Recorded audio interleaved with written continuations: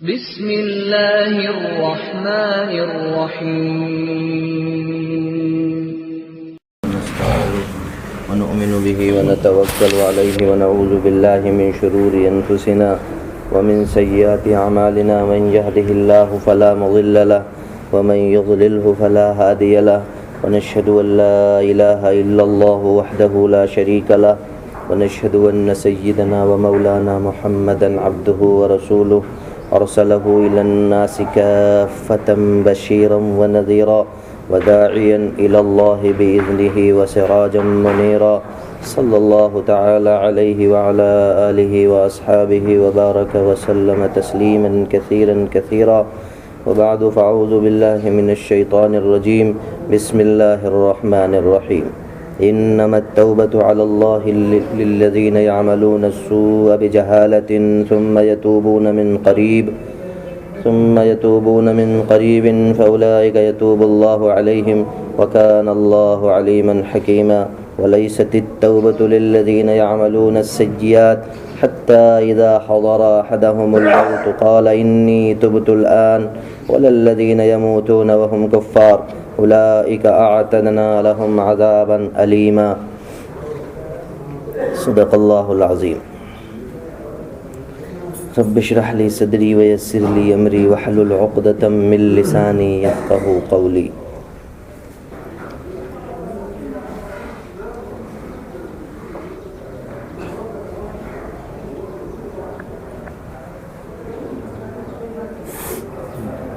توبہ اللہ پر ہے ان لوگوں کے لیے جو برائی کرتے ہیں حماقت سے، پھر قریب میں توبہ کر لیتے ہیں، قریب کے وقت میں پھر توبہ کر لیتے ہیں۔ یہ ایسے لوگ ہیں کہ اللہ تعالیٰ ان پر متوجہ ہوتے ہیں اور اللہ تعالیٰ خوب جانتے ہیں کہ کون سچے دل سے توبہ کر رہا ہے اور کون اوپر دل سے زبان سے توبہ کر رہا ہے۔ حکیمہ، حکمت والے ہیں۔ وَلَيْسَتِ التَّوْبَةُ لِلَّذِينَ يَعْمَلُونَ السَّيِّئَاتِ، اور نہیں ہے توبہ ان لوگوں کی جو گناہ کرتے رہتے ہیں، جو برائی کرتے رہتے ہیں جرأت کے ساتھ۔ حَتَّى إِذَا حَضَرَ أَحَدَهُمُ الْمَوْتُ، یہاں تک کہ جب ان میں سے کسی ایک کی موت کا وقت آ پہنچتا ہے، یہاں تک کہ جب ان میں سے کسی کی موت اس کے سامنے آ کھڑی ہوتی ہے، اس وقت وہ کہتا ہے کہ اب میں توبہ کرتا ہوں۔ ایسے لوگوں کی توبہ۔ وَلَا الَّذِينَ يَمُوتُونَ وَهُمْ كُفَّارٌ، اور اسی طریقے سے ان لوگوں کی توبہ جو مر گئے حالت کفر میں، ان کی کوئی توبہ نہیں ہے۔ اولئک اعتدنا لهم عذابا الیما، یہ ایسے لوگ ہیں کہ ہم نے ان کے لیے دردناک سزا تجویز کر رکھی ہے۔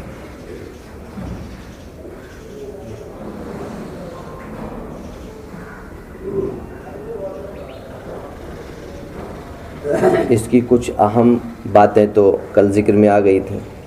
آج کی اہم ترین باتوں میں سے پہلی بات یہ ہے، من قریبن کا جو مفہوم ہے کہ جو لوگ جہالت و نادانی سے گناہ کر لیتے ہیں، ان کے لیے شرط یہ ہے کہ وہ فوراً توبہ کر لیں، یعنی قریب کے زمانے میں توبہ کر لیں۔ اس قرب سے کیا مراد ہے؟ اس قرب کی تفصیلات کل بھی آئی تھی، اور یہ بات خود نبی کریم صلی اللہ علیہ وسلم نے قریب سے ارشاد فرما دی، ان اللہ یقبل توبۃ العبد ما لم یغرغر، اللہ جل شانہ اپنے بندے کی توبہ اس وقت تک قبول کرتا ہے جب تک کہ وہ حالت غرغرے میں نہ پہنچ جائے۔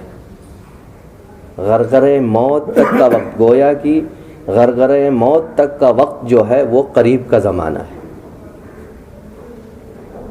لہذا اس کو فوراً توبہ کر لینا چاہیے۔ حضرت تھانوی علیہ الرحمہ نے بیان القرآن میں اس کی تفسیر یوں لکھی ہے، موت کے وقت اور موت کے قرب میں انسان کو دو حالتیں پیش آتی، ایک حالت باس ہے اور ایک حالت یاس ہے۔ انسان ایسی بیماری میں مبتلا ہوتا ہے کہ اس کے بعد کوئی دوا دارو اس کو فائدہ نہیں پہنچاتا ہے، اس وقت میں انسان مایوس ہو جاتا ہے،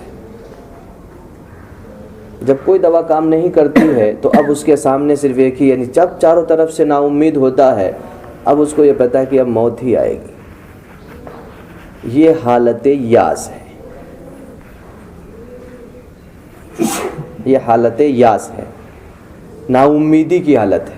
چاروں طرف سے کوئی دوا دارو اثر نہیں کر رہا ہے، چاروں طرف سے سب عاجز آ گئے ہیں. اب پتہ ہے کہ اب موت ہی سے نبرد آزما ہونا ہے، موت سے ہی نبرد آزما ہونا ہے، اب موت سے ہی مد مقابل ہے. یہ حالت یاس ہے. اور اس کے بعد پھر اس کے سامنے ملائکہ علیہم الرحمہ کا ظہور ہو جاتا ہے اور وہ اپنے سامنے ملائکہ کو دیکھتا ہے. عالم آخرت اس پر منکشف ہو جاتا ہے. عالم غیب جو اب تک غیب تھا وہ شہود ہو جاتا ہے. جب عالم غیب شہود بن جاتا ہے، یہ حالت بعث ہے. اس کو حالت بعث کہتے ہیں. اس قرب کا تعلق حالت یاس تک ہے. اس یاس کی حالت میں جو بندہ، جو بندی اللہ کی بارگاہ میں توبہ کر لیتا ہے، ایمان والا، اسی طریقے سے کفر و شرک والا ایمان لے آتا ہے، اس حالت یاس تک کا قرب کا زمانہ ہے. اس وقت تک اللہ جل شانہ اپنے بندے اور بندی کی توبہ قبول فرماتا ہے، اور جو کفر و شرک میں مبتلا تھے وہ ایمان لے آئیں تو ان کا ایمان مقبول ہوتا ہے. اس کے بعد کی جو دوسری حالت، حالت بعث ہے، اس حالت بعث میں پھر اللہ تعالیٰ اس کی توبہ قبول نہیں فرماتا ہے. جب معائنہ غیوب مشاہد میں آ جائیں، دیکھنے لگ جائیں، اس وقت میں اللہ جل شانہ نہ اپنے بندے اور بندے کی توبہ قبول کرتا ہے، اور اسی طریقے سے نہ کفر و شرک والے کا ایمان قبول ہوتا ہے. یہ تو ہر انسان پر جب موت کا وقت آتا ہے تو یہ صورتحال ہوتی ہے. یہ زمانے موت کے وقت میں دو حالتیں انسان کی ہوتی ہیں. ان دو حالتوں میں سے پہلی حالت تک توبہ قبول ہے، یہ اس کی انتہا ہے. اس کے بعد کی جو حالت ہے اس میں توبہ قبول نہیں ہے. اسی طریقے سے پوری کائنات کا ایک زمانہ ہے، اس کی ایک حالت ہے. اس پوری کائنات میں جو زمین اور آسمان کا جو نظام چل رہا ہے، شمس و قمر طلوع و غروب کر رہے ہیں، یہ دن اور رات کا اتار و چڑھاؤ چل رہا ہے، یہ چلتا رہے گا. اور بندے اللہ کی بارگاہ میں چلتے رہیں گے، جتنا متوجہ ہوتے رہیں گے اللہ ان کی توبہ قبول کرتا رہے گا، یہاں تک کہ جب وہ بالکل آخری زمانہ آ جائے گا قرب قیامت میں کہ سورج مغرب سے طلوع کرے گا، تو ساری انسانی برادری، ساری بنی نوع انسان، ساری نوع انسانی اللہ کی بارگاہ میں توبہ بھی کرے گی اور ایمان بھی لائے گی. اس وقت کی نہ توبہ قبول ہوگی نہ ایمان قبول ہوگا. وہ اس وقت میں جب مغرب سے سورج طلوع ہوگا، اس سے پہلے کا ایک لمبا عرصہ ہوگا جس میں دن اور رات، دن تو ہوگا ہی نہیں، رات ہی رات. اس کے بعد سورج مغرب سے نکلے گا. جب سورج کو لوگ مغرب سے نکلا ہوا دیکھیں گے تبھی لوگ توبہ کرنا شروع کر دیں گے، لوگ ایمان لانا شروع کریں گے. نہ ان کی توبہ قبول ہوگی نہ ان کا ایمان قبول ہوگا. یہ دنیا کا آخری حال ہے.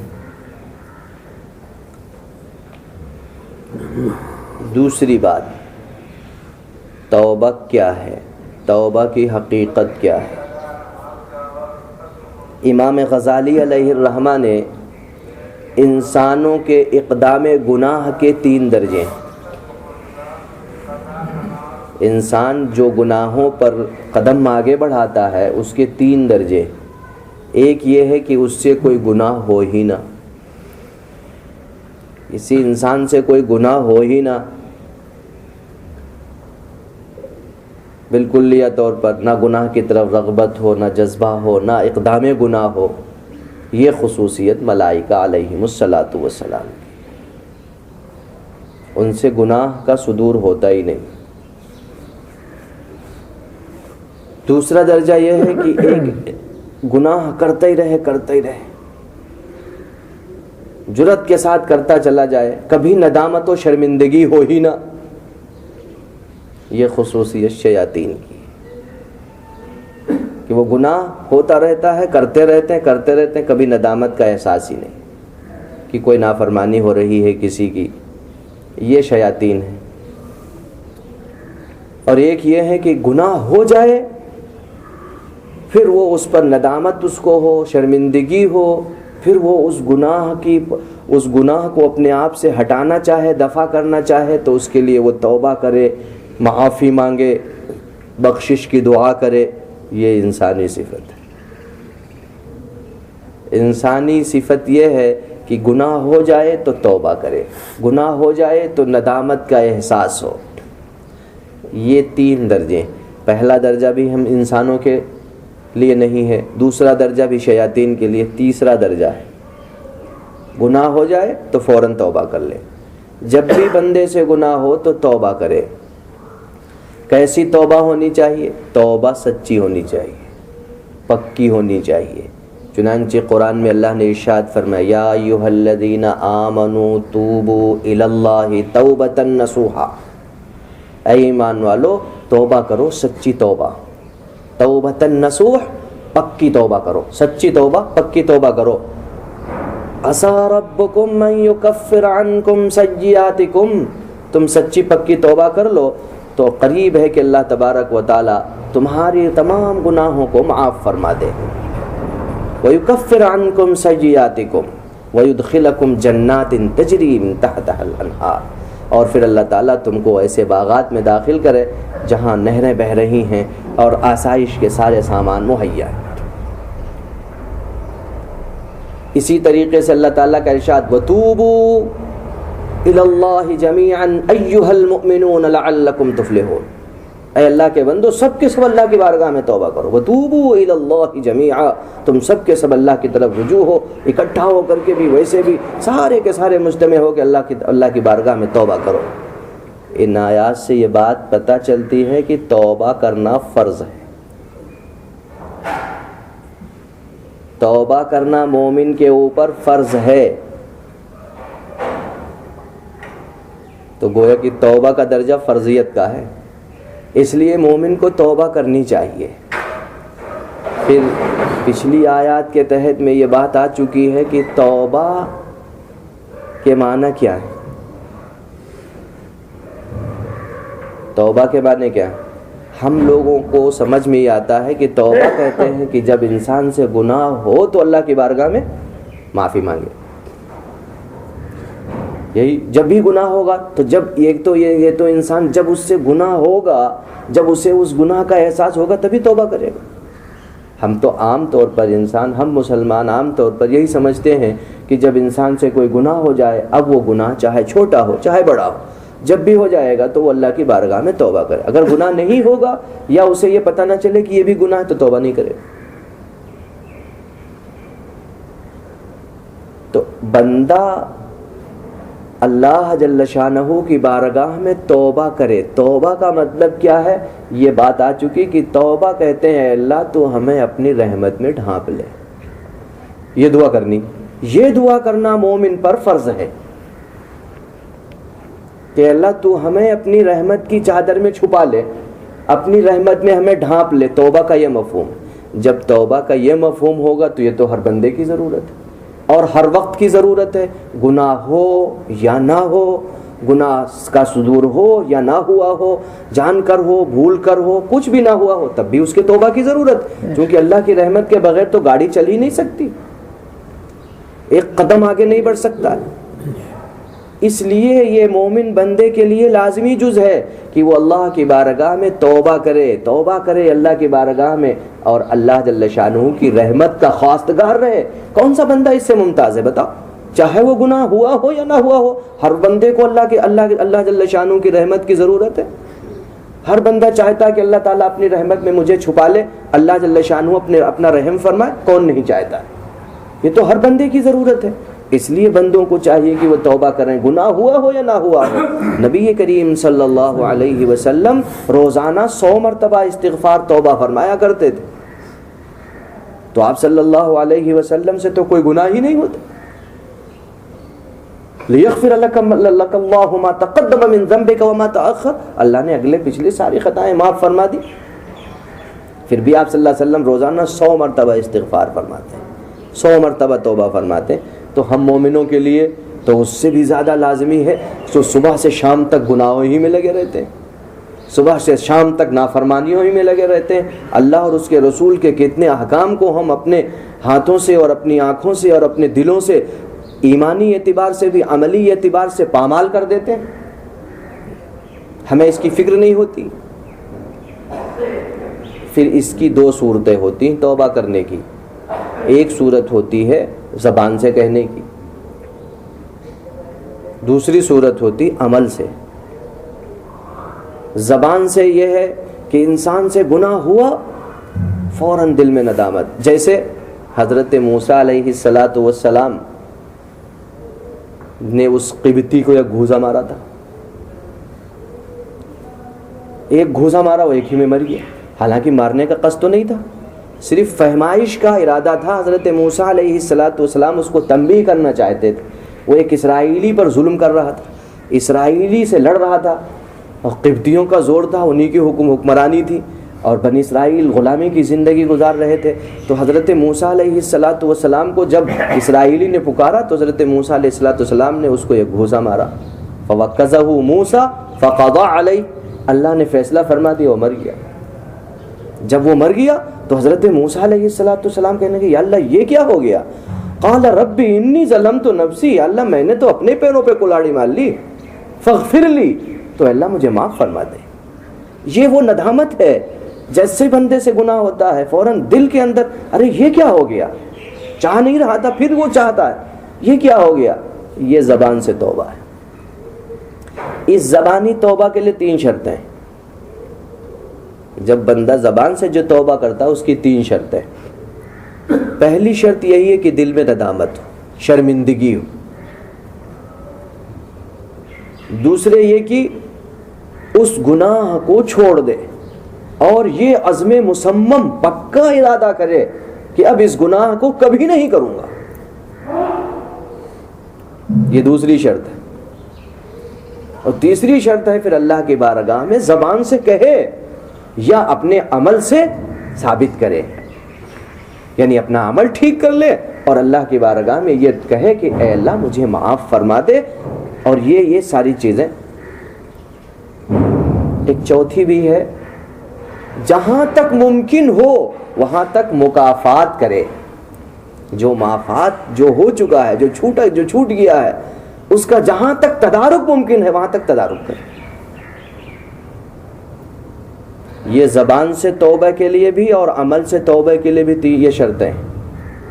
اگر ان میں سے ایک بھی نہیں ہے تو وہ توبہ نہیں، اگر ان میں سے ایک نہیں پائی گئی تو توبہ نہیں، وہ پھر جھوٹ بول رہا ہے اللہ کی بارگاہ میں، وہ توبہ نہیں کر رہا ہے،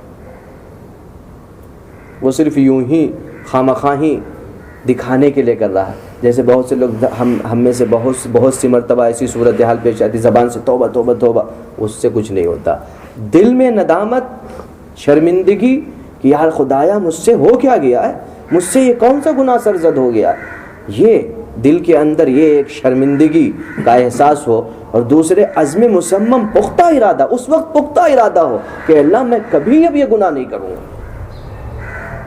پھر اگر خدا نخواستہ ہو جائے، ابھی تو عزم مصمم کرو، پھر اگر خدا نخواستہ پھر ہو جائے پھر ویسے ہی توبہ کرو۔ ایسی توبہ تم روزانہ 70 مرتبہ کرو، اللہ جل شانہ اس کو معاف فرما دے گا، اس سے نا امیدی مت رکھو۔ چاہے 70 مرتبہ 100 بار دن بھر میں تم توبہ کو توڑ دو، 100 بار کے بعد بھی تم اللہ کی بارگاہ میں آؤ، این درگہے ما درگہے نہ امیدی نیست، 100 بار اگر توبہ شکستی باز آ۔ یہ اللہ کی بارگاہ ہے، اس بارگاہ میں نا امیدی کفر ہے۔ نا امید اس وقت تک نہیں ہونا چاہیے جب تک غرغرہ موت طاری نہ ہو جائے، اس وقت تک اللہ کی بارگاہ میں نا امیدی کی کوئی شکل نہیں ہے۔ اس لیے کہ اس سے نا امید مت ہو، 100 بار بھی اگر تمہاری توبہ ٹوٹ جائے کوئی بات نہیں، پھر آ جاؤ اللہ کی بارگاہ میں، 100 بار اگر توبہ شکستی باز آ، 100 بار بھی اگر تو نے توبہ توڑ دی ہے تو پھر اللہ کی بارگاہ میں واپس اور آ کر کے اللہ سے معافی مانگ، اللہ معاف فرما دے۔ یہ شرطیں ہیں۔ یہ تو عملی توبہ، یہ قولی توبہ۔ عملی توبہ کیا ہے؟ ایک انسان نے زبان سے تو نہیں کہا، لیکن ابھی تک اس کا عمل خراب تھا، اب اس نے اپنے عمل کو ٹھیک کر لیا، اپنے عمل کو درست کر لیا، اپنے عمل کو درست کر لیا یعنی اپنی زندگی کی گاڑی کو سیدھی راہ پر ڈال دیا. ابھی غلط راستے پہ چل رہی تھی، اب اس کو سیدھے راستے پہ ڈال دیا، تو یہ کہا جائے گا کہ یہ عملی توبہ. اس کی 3 مثالیں آپ دیکھیے. حدیث شریف میں نبی کریم صلی اللہ علیہ وسلم کا ارشاد گرامی ہے، ان الاسلام یہدم ما کان قبلہ، کہ جب انسان اسلام قبول کرتا ہے تو اسلام سے پہلے جتنے گناہ ہیں سب معاف ہو جاتے ہیں. ان الاسلام یہدم ما کان قبلہ. اب وہ زمانے کفر میں، زمانے شرک میں بڑے گناہ کیے، اب ان میں سے ہر ایک کے توبہ نہیں کر رہا ہے، بلکہ ان سب گناہوں کو چھوڑ کر کے اسلام میں داخل ہو گیا اور اپنی زندگی کی راستے کی گاڑی کو سیدھی راستے پر ڈال دیا. ابھی تک غلط راستے پہ چل رہی تھی، سیدھی راہ پر ڈال دیا. یہ عملی توبہ ہے. اسی طریقے سے نبی کریم صلی اللہ علیہ وسلم کا ارشاد گرامی، ان الہجرت تہدم ما کان قبلہا. ایک بندہ ایک جگہ رہ رہا تھا جہاں دین پر چلنا اس کے لیے ناممکن تھا، اس نے اس وطن کو خیرباد کہا، اس نے اس وطن کو لات ماری اور ایسی جگہ چلا گیا اس روئے زمین پر. اللہ جل شانہ کی ایسی جگہیں ہیں جہاں بندہ اللہ کے احکام پر مکمل عمل کر سکتا ہے اور دین پر عمل آسان ہو سکتا ہے. اس نے اس وطن کو چھوڑ کر کے دوسری جگہ چلا گیا اور صرف اس غرض سے گیا کہ یہاں دین پر عمل کرنا ناممکن ہے، وہاں دوسری جگہ جائیں گے، دین کے مطابق چلیں گے، زندگی گزاریں گے. یہ عملی توبہ ہے. لہذا ہجرت نے اس کے سارے پچھلی خطائیں معاف فرما دی، اس نے عمل کو درست کر لیا. تیسری مثال، ان الحج یہدم ما کان قبلہ. حج، ایک بندہ اللہ کے بارے، یہ بھی حدیث نبی کریم صلی اللہ علیہ وسلم کا یہ ارشاد گرامی، بندہ حج کرنے گیا اور حج کرنے گیا تو حج کرنے سے اللہ تعالیٰ نے ساری پچھلی خطائیں معاف فرما دی. تمام محدثین نے اس حدیث کے مطابق بڑا اختلاف اس میں پیش آیا محدثین کے درمیان میں کہ اس حج کے ذریعے سے پچھلے سارے گناہ، وہ جو کبیرہ بڑے بڑے گناہ کر رکھے ہیں، وہ بھی معاف ہو گئے کہ نہیں ہوئے. اس لیے کہ یہاں تو توبہ اس نے کی نہیں، اس کے یہ حج کرنے سے سارے گناہ کیسے معاف ہو گئے. وہ حضرات محدثین کے درمیان میں کچھ مختلف آرائیں، کچھ مختلف اقوال ان کے ملتے ہیں، لیکن اس کا خلاصہ بھی، سب کا خلاصہ یہی ہے کہ جب بندہ اللہ کی بارگاہ میں حج کرتا ہے اور اس حج کو بالکل مقبول بنا دیتا ہے، مبرور بنا دیتا ہے، تو وہ بندے کی اصلی توبہ ہو جاتی ہے. حج مبرور اور مقبول کیا ہوتا ہے کہ بندہ حج کرنے کے بعد بالکل صاف ستھرا ہو جائے. اب جو گناہ پہلی زندگی میں کر رہا تھا، اب حج کرنے سے پہلے جو عمل کر رہا تھا، ان عملوں سے توبہ کر لی، ان برائیوں کو چھوڑ دیا اور حج کرنے کے بعد بالکل صاف ستھرا ہو گیا، کوئی گناہ نہیں کرتا. جو گناہ پہلے زندگی میں تھے، جو غلطیاں تھیں، ان سب کو سدھار کر کے اب ٹھیک ہو گیا. تو یہ کہا جائے گا کہ اس کا یہی حج مبرور. حج مبرور کیا ہوتا ہے؟ حج مقبول کیا ہوتا ہے؟ جو شخص حج کرنے کے بعد والی زندگی درست ہو جائے، جو حج سے پہلے تھی، اب حج کرنے کے بعد اس کی زندگی بالکل ٹھیک ہو گئی، اب اللہ اور اس کے رسول کے احکام کے مطابق چل رہا، خلاف ورزیوں سے، خرافات سے اپنے آپ کو بچا رہا، یہ کہا جائے گا اس کا حج مقبول ہو گیا. یہی حج مقبول کی پہچان ہے، یہ ایک حج مبرور کی پہچان. اسی کا نام حج مبرور، اسی کا نام حج مقبول. یہ عملی توبہ ہے. اللہ نے اس کی سارے گناہ معاف فرما دیے، ساری خطائیں معاف فرما دی. اب اس نے، اس کی زندگی درست ہو گئی. ایک شخص حج کر کے آیا اور پہلے ٹھیک تھا، پہلے سے ہی ٹھیک تھا، پھر آیا اور پھر اسی کے اوپر چلتا رہا، یعنی اپنی گاڑی کو ٹھیک رکھا اس نے، تو یہ کہا جائے گا کہ اس کی شان بڑھ گئی، اس کے ایمان کو، اس کے اعمال صالحہ کو جلا مل گئی، اس کو ترقی ہو گئی. اس کی یہ ترقی ہوئی کہاں؟ اللہ کی طرف. اللہ جل شانہ کی قربت میں اس کو ترقی ہو گئی. پہلے سے ٹھیک تھا، اب اور ٹھیک ہے، تو اس کو ترقی ہو گئی. اور ایک شخص پہلے خراب تھا، حج کر کے آیا، اب ٹھیک ہو گیا. اب یہ کہا جائے کہ اس نے عملی توبہ کر لیا، اپنی زندگی کا ایک ورق الٹ دیا، جو غلط تھا اس کو پیچھے ہٹایا، جو اچھا تھا اس پر چل پڑا. ایک شخص حج کر کے آیا، جیسا پہلے تھا ویسے ہی کا ویسا ہی آیا، جیسا پہلے تھا ویسے کا ویسا ہی آیا، تو یہ کہا جائے گا کہ اس کا یہ عملی توبہ قبول نہیں. اس کا یہ حج مبرور نہیں ہوا، حج مقبول نہیں ہوا، یہ وہ حج نہیں ہے جس کے بارے میں نبی کریم صلی اللہ علیہ وسلم نے ارشاد فرمایا ان الحج یہدم ما کان قبلہ، حج اس سے پہلے کے تمام گناہوں کو ختم کر دیتا ہے، منہدم کر دیتا ہے۔ یہ عملی توبہ ہے۔